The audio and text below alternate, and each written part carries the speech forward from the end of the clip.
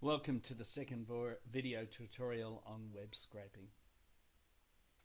Now we're using the repl.it web scraper or Python IDE to scrape web pages, and we've already imported the packages of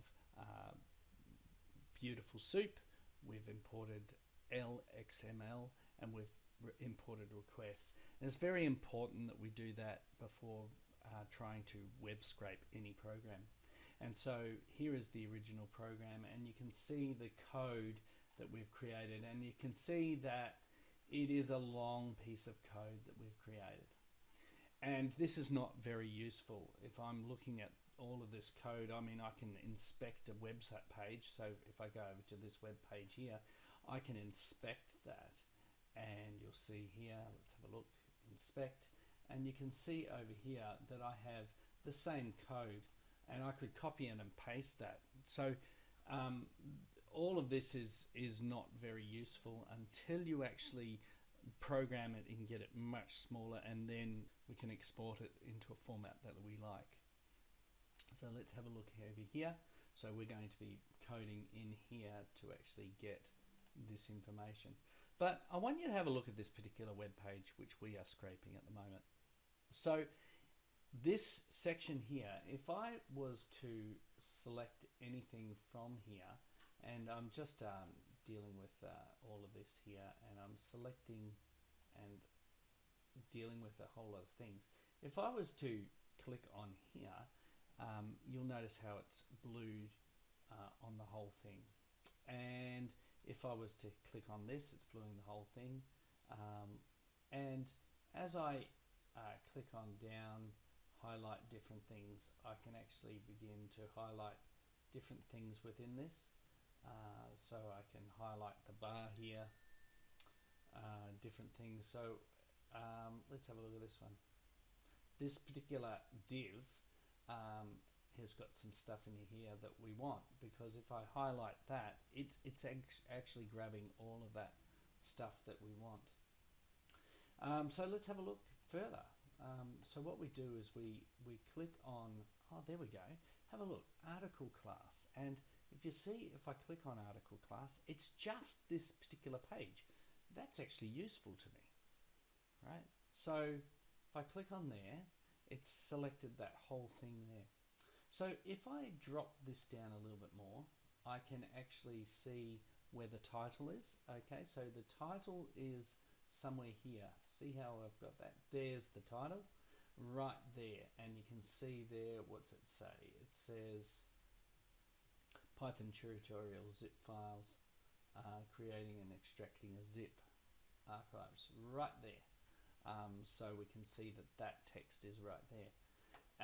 And what else can I look up? Oh, the article class. Let me see.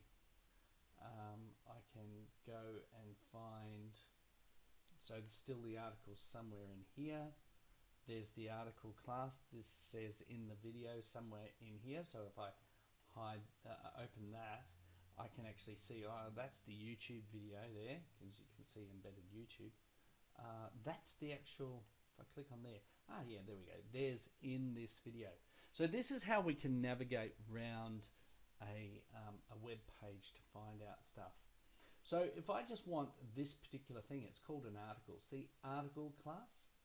So what I'm going to do back over here is I'm actually going to make this disappear. So see how it's printed. I've made this into a comment at this point. And I'm going to put some code in here. Now the code I'm going to write is article, because that is the word that we're using for there. Article equals soup.find,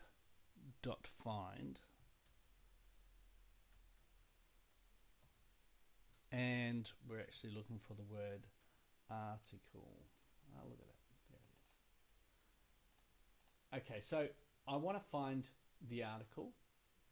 So article equals soup.find, the word article. And then I'm going to print article. Print, open brackets, article. And let's run that and see what happens. There it goes. And there is the article. All right, so let's have a look at the article. It's all of that stuff. So it's got the footer, it's got the HTTP. Oh, you know what we can do? Let's make this a little bit easier to find. We'll just go article,